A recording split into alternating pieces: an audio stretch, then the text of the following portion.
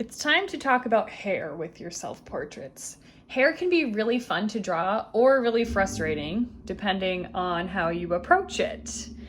Drawing hair is very much like drawing fabric. If you can think back to that wonderful charcoal drawing that you did of the draped fabric on the wall in the art room, that will help you with drawing your hair.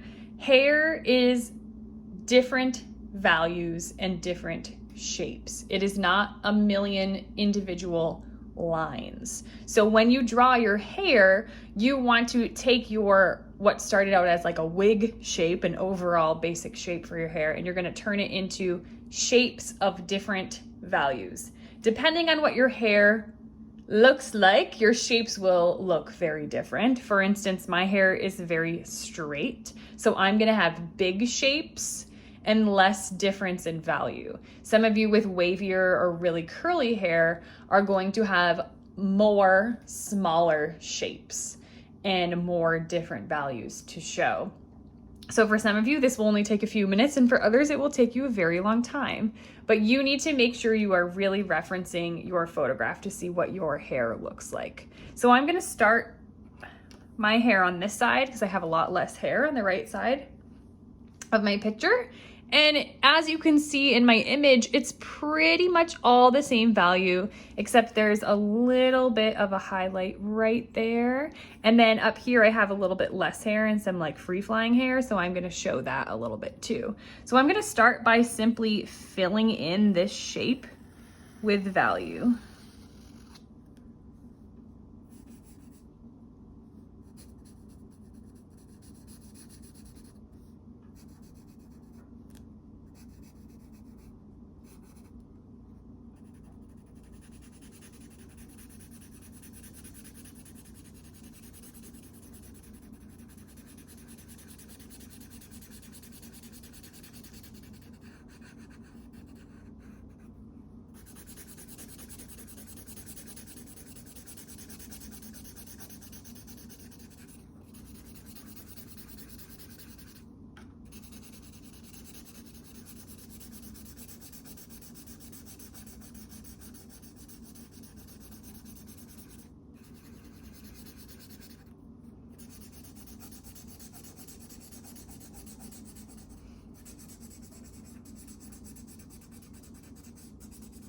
What's nice about drawing in the hair is that you're gonna start to eliminate outlines around your face and instead create, what we call implied lines.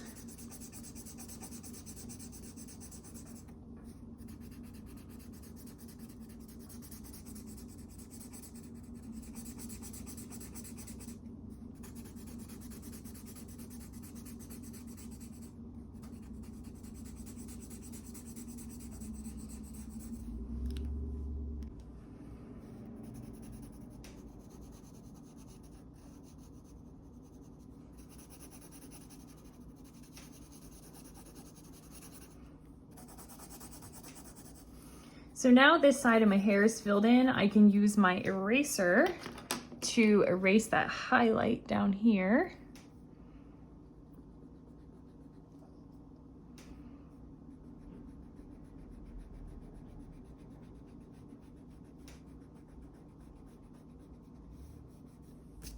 If it gets too bright, darken it a little bit with my pencil.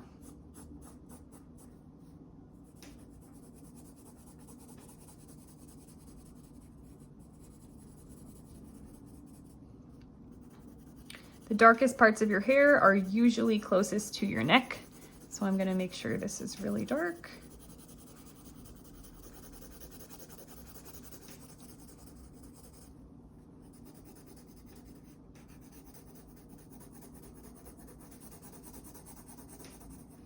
And then up here, I have some soft, free-flying hair that I wanna show.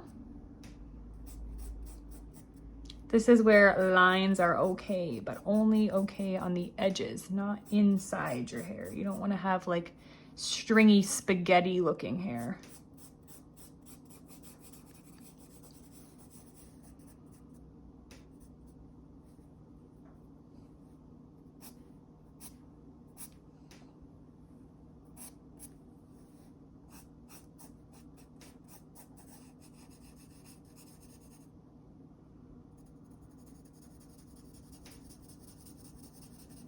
So that pretty much takes care of that side of my head. And now I am going to do this side where I will have more different shapes of different values. For instance, right here, where my hair is swooping over across my forehead, it's much darker up against my head here than it is up top. It gets a little bit lighter because the light was shining on the top of my head. So I'm going to fill this in dark.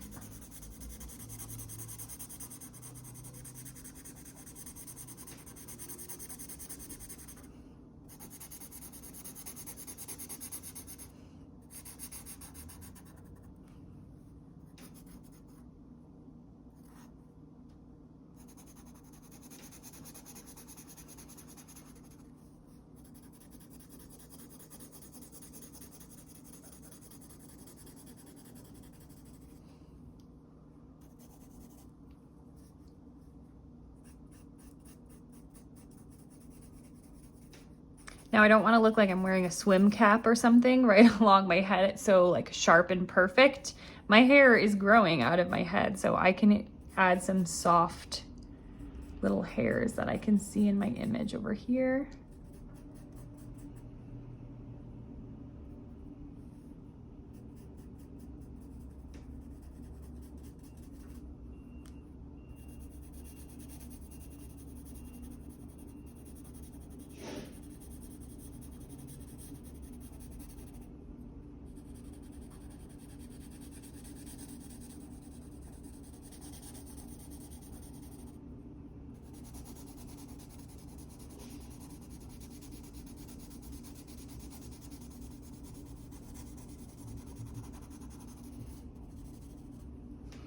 Now I'm just going to continue to look for some darker shapes, lighter shapes, and I'm just going to keep drawing them into my hair shape.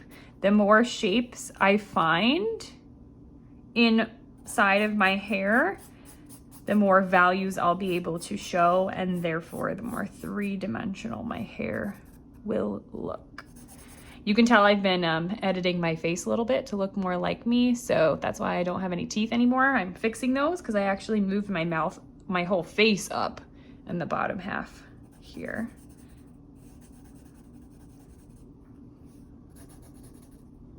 So this is a dark shape, touching a shape that's a little bit lighter.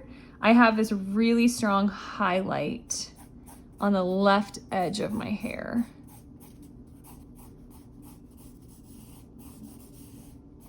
And another one in here.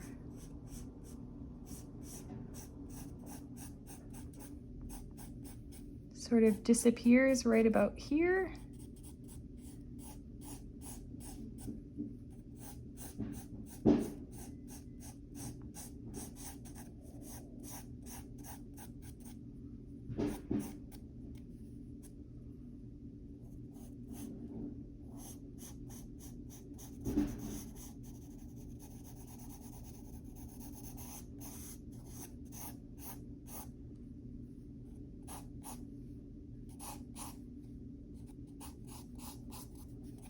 Now I'm just going to go ahead and fill in all of those different shapes with the different values that I see.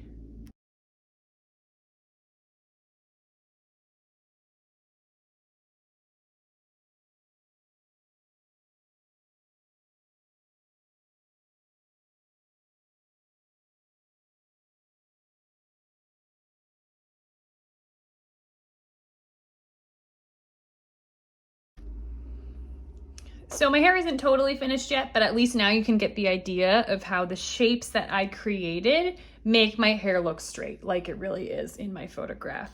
If I had created more rounded, smaller shapes, eventually my hair would start to look curly. It's all about the shapes that you draw and then how you fill them in with value. You want to incorporate values from the entire value scale. So as I continue working on mine, I'm going to switch pencils so that I'm using a really dark B pencil to get into the areas like near my neck and closer to my face, where my head is actually creating really dark shadows in my hair because I haven't quite gotten dark enough in the darkest areas, but at least I've shown some of the highlights. So once you've filled in all your shapes, then you can kind of use your blender, go back around with darker or lighter pencils. You can do some erasing into your hair if you want to brighten up some of the highlights. For instance, over here, one of these highlights is really bright in this area. So I could kind of erase into my hair a little bit to lighten it up. And then the other thing that you want to pay attention to is the area around your head where your hair is touching your face. You might want to soften those edges a little bit, add a little bit of hair here or the shadow that your hair is creating on your face. And it's important that we drew the hair first before shading our face, because now we have an accurate value to compare our face to. So based on how dark my hair is, now I will know how to shade my face. If I had shaded my face first, it's possible I could have either shaded too light or too dark. And then when I went to shade my hair, I would either look like a totally different race or I would look like the white of the paper. So in order to avoid strange values of skin tones, that's why we draw the hair first.